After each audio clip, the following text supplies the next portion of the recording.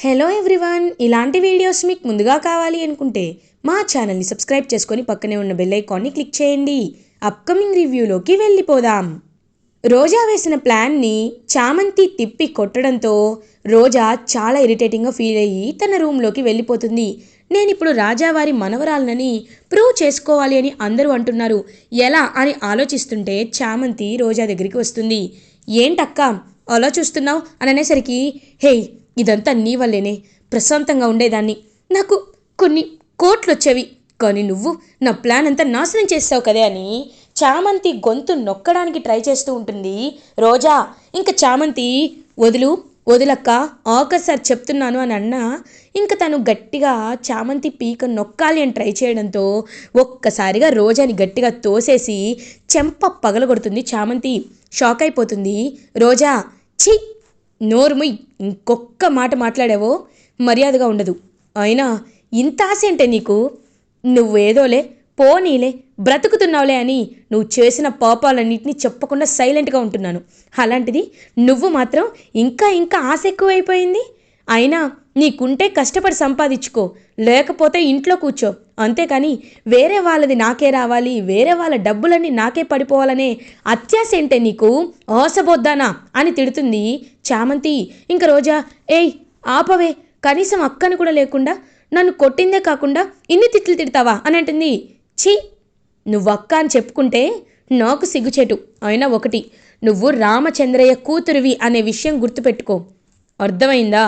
లేకపోతే ఇంకా అత్యాశ పెరిగిపోతే ఏం చేస్తానో నాకే తెలీదు అని అక్కడి నుండి వెళ్ళిపోతుంటే, ఏ చామంతి ఆగవే, ఇదంతా నీకు తెలుసు కదా, వాళ్ళు నిరూపించుకోమంటున్నారు, ప్రూఫ్ లేకపోతే ఈ ఇంట్లో ఉండనివ్వరు, కాబట్టి నాకేదో ఒక ఐడియా ఇవ్వచ్చు కదా అని కాళ్ళు పట్టుకోబోతూ ఉంటుందన్నమాట. లైక్ ఆ విధంగా మాట్లాడుతూ ఉంటుంది రోజా. ఏంటి, నువ్వు చేసిన పాపానికి నేను పాలు పంచుకోవాలా? లేదు, నీ ఇష్టం వచ్చింది చేసుకో, నీ పాపంలో నేను పాలు పంచుకోను అని గట్టిగా చెప్తుంది చామంతి. అక్కడి నుండి వెళ్ళిపోతుంది. ఇది ఇలా ఉండగా రమాదేవి, రోజా నువ్వు నిజంగా మనవరాలివా కాదా అని నిరూపించుకుంటే ఓకే, నిరూపించుకోలేకపోతే మాత్రం కథ వేరేగా ఉంటుంది అని ఇంకా ఎంతో నవ్వుకుంటూ పొగరుగా చూస్తూ ఉంటుంది రమాదేవి. ఇది ఇలా ఉండగా రోజా గార్డెన్లోకి వచ్చి, ఇప్పుడు నేను మనవరాలిని అని ఎలా నిరూపించుకోవాలి, ఏం చెయ్యాలి అని ఆలోచిస్తూ ఉంటుంది. అప్పుడే ఉపేంద్ర గుర్తొస్తాడు. వెంటనే ఉపేంద్రకు కాల్ చేస్తుంది. హలో, ఏంటి యువరాణి గారు అని అంటారు. అంతెందుకులే, నాకు నీ హెల్ప్ కావాలి ఉపేంద్ర అని అంటారు. అవునా, ఒకప్పుడు నేను హెల్ప్ చేయమని నాకు కావాలి అంటే నువ్వేమన్నావు? నీతో నాకు అవసరం లేదు, నేను ఏం చేసినా మా అత్తయ్య చేసిందని నెట్టేస్తానన్నావు. అది ఒక 1 మినిట్ ముందే కదా జరిగింది, మళ్ళీ నా కాలబేరానికి ఎందుకు వచ్చావు అని అడుగుతాడు ఉపేంద్ర.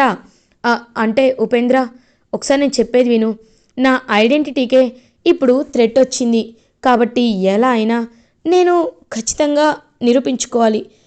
నువ్వు రాజావారు రానివారి మనవరాల్ని అని నిరూపించుకునే సాక్ష్యం ఒకటి నాకు కావాలి, లేదు అంటే మాత్రం నేను ఇంట్లో ఉండలేను, దానికి నీ హెల్ప్ నాకు కావాలి అని అంటుంది.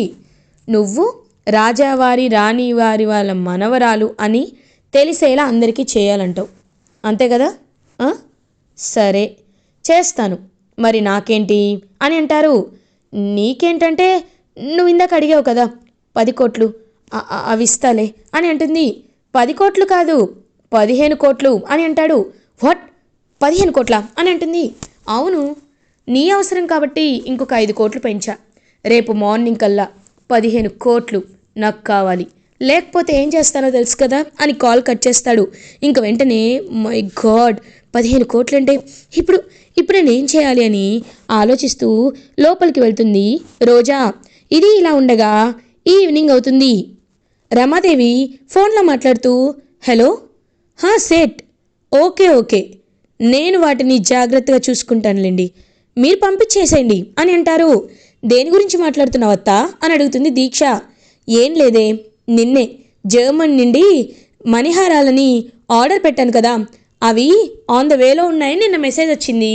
ఇవాళేమో ఇంపోర్ట్ అయిపోయిందంట, కస్టమ్స్ డ్యూటీ పే చేసి ఇంపోర్ట్ చేసుకోమని ఫోన్ చేశారు. రేపటికల్లా ఆ మణిహారాలన్నీ నా ఇంట్లో ఉంటాయి. పర్షియన్ జ్యువెల్స్తో, రూబీస్ అండ్ డైమండ్స్తో పొదగబడినవి, చాలా రేట్ అని అంటారు. ఏంటి నిజమా? ఇంకా అలా అవి మార్నింగ్ ఇంపోర్ట్ అవ్వడంతో అండ్ రమాదేవి ఇంటికి రీచ్ అవ్వడంతో చామంతి చంద్రికని పిలుస్తుంది రమాదేవి. ఏయ్, ఇద్దరు కలిసి మొత్తం సర్దండి అని అంటుంది. ఇంకా సీక్రెట్గా లాకర్లో సర్ది పెడతారు చామంతి అండ్ చంద్రిక. కీస్ని సర్ది నాకు ఇవ్వు, అర్థమైందా అని అంటారు. ఆ, ఓకే అమ్మగారని ఇంకా వాటిని నీట్గా సర్దేసి కీ లాక్ చేసి రమాదేవికి ఇచ్చేస్తుంది చామంతి. రమాదేవి, ఇంకొక గంటలో నాకు ఒక ఫంక్షన్ ఉంది, నేను ఇది వేసుకుని వెళ్తే అందరూ నన్నే చూసి నన్ను పొగుడుతారు, నన్ను అప్రిషియేట్ చేస్తారు, నన్ను ఒక మహారాణిలా చూస్తారు, నేను కోరుకునేది అదే కదా అని చెప్పి మురిసిపోతూ ఉంటుంది రమాదేవి. ఇది ఇలా ఉండగా రోజా ఎవరు లేని టైం చూసి సీక్రెట్గా రమాదేవి రూమ్కి వచ్చి ఇంకా అలా తను చేయించుకున్న ఒక డూప్లికేట్ కీస్ని ఓపెన్ చేసి వాటిలో ఉన్న ఒక 2 మణిహారాలని కొట్టేస్తుంది. బికాజ్ 15 కోట్లు ఇవ్వాలి కాబట్టి. సో అలా ఇంకా వాటిని దొంగతనం చేసి తన హ్యాండ్ బ్యాగ్లో పెట్టుకొని అక్కడి నుండి వెళ్ళిపోతుంది సీక్రెట్గా రోజా. ఇంకా అలా రోజా వెళ్ళిపోతుంది, రమాదేవి వస్తుంది. వచ్చి ఒకసారి వాటిని చూసి ట్రయల్ వేస్తాను అని ఓపెన్ చేసి చూడగానే మొత్తం ఖాళీ. ఒక్కసారిగా షాక్ అయిపోతుంది రమాదేవి. ఇదేంటి అంత ఖాళీగా ఉంది, ఏమైంది అని చెప్పి మొత్తం వెతుకుతుంది, కానీ ఎక్కడ ఏమీ కనబడదు. ఒక్కసారిగా షాక్ అయిపోతుంది. ఇదేంటి ఇలా అయిపోయింది, ఏం చేయాలి ఇప్పుడు, నేను ఏం చేయాలని చెప్పి చాలా అంటే చాలా ఇరిటేటింగ్గా ఫీల్ అవుతూ, చామంతి ఇదంతా నీ వల్లే అని చామంతి దగ్గరికి వెళ్తుంది. హే చామంతి, కిందకి రావే, నువ్వే కదా కావాలని ఇదంతా చేశావు అని అంటారు. ఒక్కసారిగా షాక్ అయిపోతుంది చామంతి. అమ్మా, ఏమంటున్నారమ్మా మీరు? అయినా నేను మీ ఇంట్లో నగలు దొంగతనం చేయడం ఏంటమ్మా, అయినా అలా నేను ఎందుకు చేస్తానని చెప్పి గట్టిగా అడుగుతుంది. లేదు, ఎంతైనా నగలంటే ఆశ కదా, అందుకే చేస్తావు కదా అని చెప్పి ఇంకా అలా వెంటనే అక్కడి నుండి వెళ్ళిపోతుంది.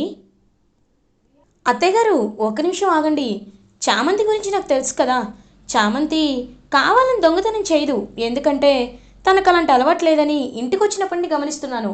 కానీ చెప్పలేం కదా, కొన్నిసార్లు సిచ్యువేషన్స్ అలా వస్తూ ఉంటాయి.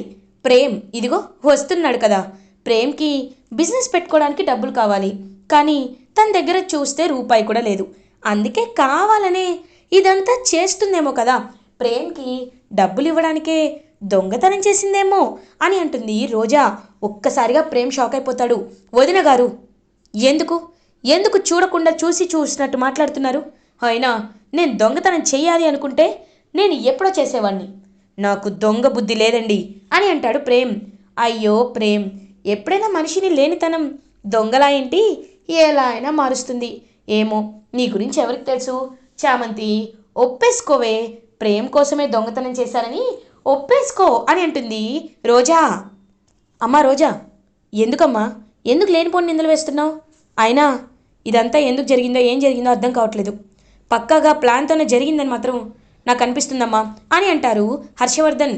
ఇందులో ప్లాన్ ఏముంది మావయ్య గారు, మనం ఏమైనా అన్నామా? లేదు కదా, అత్తయ్య గారే చామంతి చంద్రిక ఇద్దరిని తీసుకువెళ్ళి వాళ్ళు నగలు పెట్టి రమ్మని చెప్పారు, ఇప్పుడేమో నగలు కనిపించట్లేదు అంటే చామంతినే కదా తీస్తుంది అని అనేసరికి ఇంక వెంటనే అయ్యగారు నాకు ఒక్క ఛాన్స్ ఇవ్వండి, ఖచ్చితంగా నేను ఎక్కడుందో నిరూపిస్తానని గట్టిగా ఫిక్స్ అవుతుంది.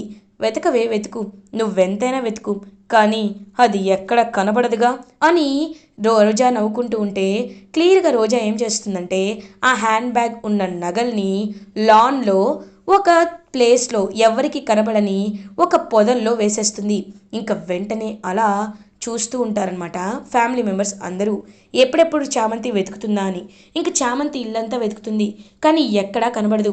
వెంటనే చామంతి పరిగెత్తుకుంటూ బయటికి వచ్చి బృందావనంలో ఉన్న కృష్ణుని విగ్రహం ముందుకి వచ్చి, కృష్ణయ్య, నేను ఎలాంటి తప్పు చేయలేదు, కానీ చేశాననే నింద నాపై పడుతుంది, ప్లీజ్ కృష్ణయ్య, ఈ విషయంలో నాకు సహాయం చేయి కృష్ణయ్య, సహాయం చేయి, వాయుపుత్ర, నువ్వే నాకు దారి చూపించాలి అని ఇంకా పాపం చాలా అంటే చాలా మనస్ఫూర్తిగా కోరుకుంటుంది చామంతి. అప్పుడే కరెక్ట్గా ఇంకా అలా గాలి వీస్తూ ఉంటుంది. గట్టిగా గాలి వీచేసరికి ఇంకా అలా చామంతి కళ్ళు కూడా మొత్తం బ్లర్గా అనిపిస్తాయి. వెంటనే అలా పక్కకి తిరిగి చూసేసరికి పొదల్లో జివ్ అని మెలికలు కనబడుతూ ఉంటాయి, మెరుపులు గ్లిటర్స్ వస్తూ ఉంటాయి. ఇదేంటి ఎప్పుడు లేనిది ఇక్కడ ఇంత గ్లిటరింగ్ ఉంది అని చెప్పి వెళ్ళి చూస్తుంది. చూసేసరికి క్లియర్గా అక్కడ మణిహారాలు రెండు ఏవైతే దొంగతనం చేయబడ్డాయో ఆ రెండు దొరుకుతాయి. ఒక్కసారిగా షాక్ అయిపోతారు ఫ్యామిలీ మెంబర్స్ అందరూ. ఇదేంటి, నేను ఇక్కడ పెట్టింది ఎవరికి తెలియదు అనుకున్నానే, ఆ చిట్టి రోబో కూడా కనిపెట్టలేడు అనుకున్నాను, కానీ ఈ చామంతి ఇంత ఈజీగా కనిపెట్టేసింది అని చాలా అంటే చాలా ఇరిటేటింగ్గా ఫీల్ అవుతుంది వెంటనే రోజా. ఇంకా అలా వెంటనే చామంతి అయితే హర్షవర్ధన్ దగ్గరికి వస్తుంది. బాబు ఇదిగోండి బాబు, నేను తీయలేదని ఇప్పటికైనా అర్థమైందా అని అంటారు. ఇంక వెంటనే రోజా అయితే అలా ఆలోచనలో పడుతుంది. వదిన గారు, ఇప్పటికైనా మీకు ఒక క్లారిటీ వచ్చిందా? ఎందుకు ఎందుకు నన్ను మీరు అంత టార్గెట్ చేస్తున్నారు వదిన గారు? ఒక అగ్రిమెంట్ కోసం నన్ను ఇంతలా టార్గెట్ చేయాలా అని అంటారు. వెంటనే చామంతి, ప్రేమ్ బాబు మీరెంత బాధపడి ఉంటారో నాకు తెలుసు ప్రేమ్ బాబు. రమాదేవి అమ్మగారు, అయ్యగారు, నేను ఒకే ఒక్క కోరిక మిమ్మల్ని అడుగుతున్నాను, నేను అనుకున్నది మీరు చేస్తారా అని అడుగుతుంది. అమ్మ చామంతి, నువ్వు నిర్దోషివి, దొంగతనం చేయలేదు అని ఇప్పుడే కదా రుజువైంది, చెప్పమ్మా ఏం కావాలి అని అడుగుతారు. తప్పు చేయని ప్రేమ్ బాబుపై నింద వేసింది రోజా అమ్మ. నేను పని మనిషిని, నేనెన్నన్నా పడతాను, కానీ ప్రేమ్ బాబు ఈ ఇంటి చిన్న బాబు, ఈ ఇంటి వారసుడు. అలాంటి వాళ్ళపై నిందలు వేసి ఆయన్ని డబ్బులు లేవు కదా అని ఇంత చులకనగా చూడడం నేనైతే తట్టుకోలేకపోతున్నాను. కాబట్టి అందరి ముందు, ఫ్యామిలీ మెంబర్స్ అందరి ముందు రోజా అమ్మ ప్రేమ్ బాబుకి క్షమాపణ చెప్పాలి అని అంటుంది చామంతి. ఒక్కసారిగా షాక్ అయిపోతుంది రోజా. అరుణ్ వెంటనే, ఏంటి అయినా నువ్వు చెప్పడం ఏంటి, రోజా వినడం ఏంటి, రోజా ఎందుకు సారీ చెప్పాలి అని అంటారు. ఏ అరుణ్ బాబు, మీపై ఎప్పుడైనా నిషామ్మ గొంతెత్తితే సారీ చెప్పించుకోరా? రోజామ్మకు కూడా అలాగే నచ్చదా? పెళ్ళి చేసుకోబోయే వాళ్ళకి కానీ, ప్రేమగా ఉన్న వాళ్ళకి కానీ ఎప్పుడైనా ఎలా అనిపిస్తుంది? అయినా ఒకటి మాత్రం నిజం, తప్పు చేయని వాళ్ళపై నిందలు వేయడం క్షమించరాని పాపం. ఆ పాపం మీరే కాదు, ఎంత పెద్ద స్థాయిలో ఉన్న వాళ్ళైనా క్షమాపణ చెప్పాల్సిందే. రోజమ్మ, మీరు క్షమాపణ చెప్పకపోతే ఊరుకునేదే లేదు అని అంటుంది. అమ్మో, దీంతో ఎందుకు వచ్చింది? ఇంకాసేపు ఇలాగే నేను మొండిగా కూర్చుంటే నేను రామచంద్రయ్య కూతుర్ని అని నిజం చెప్పినా చెప్పేస్తుంది ఇది. నోనో, అలా జరగకూడదు, సారీ చెప్పేయాలి అని. ప్రేమ్, ఐఎమ్ సో సారీ, అంటే ఏదో జస్ట్ డౌట్ పడ్డానంతే అని అంటారు. చూడండి వదిన గారు, నేను డబ్బు లేనివాడిని, అంతేకాని సంస్కారం లేనివాడిని కాదు. నా దగ్గర సంస్కారంలో పిహెచ్డి తీసుకున్నాను నేను. సంస్కారంతో పోలిస్తే ఇక్కడ ఎవ్వరూ సాటిరారు, గుర్తుపెట్టుకోండి. ఇంకొక మనిషిపై నిందలు వేయాలని ఉన్నప్పుడు ఒకటికి రెండుసార్లు ఆలోచించుకోండి అని చెప్పేసి పాపం అక్కడి నుండి వెళ్ళిపోతాడు ప్రేమ్. ఇంకలా చామంతి చాలా గర్వంగా పొగరుగా రోజా వైపు చూస్తూ ఉంటుంది. ఇలా ఎపిసోడ్ ఎండ్ అవుతుంది. ఫర్దర్ ఎపిసోడ్ రివ్యూస్ ముందుగా మీకు కావాలి అనుకుంటే మా ఛానల్ని సబ్స్క్రైబ్ చేసుకోండి. Thanks for watching.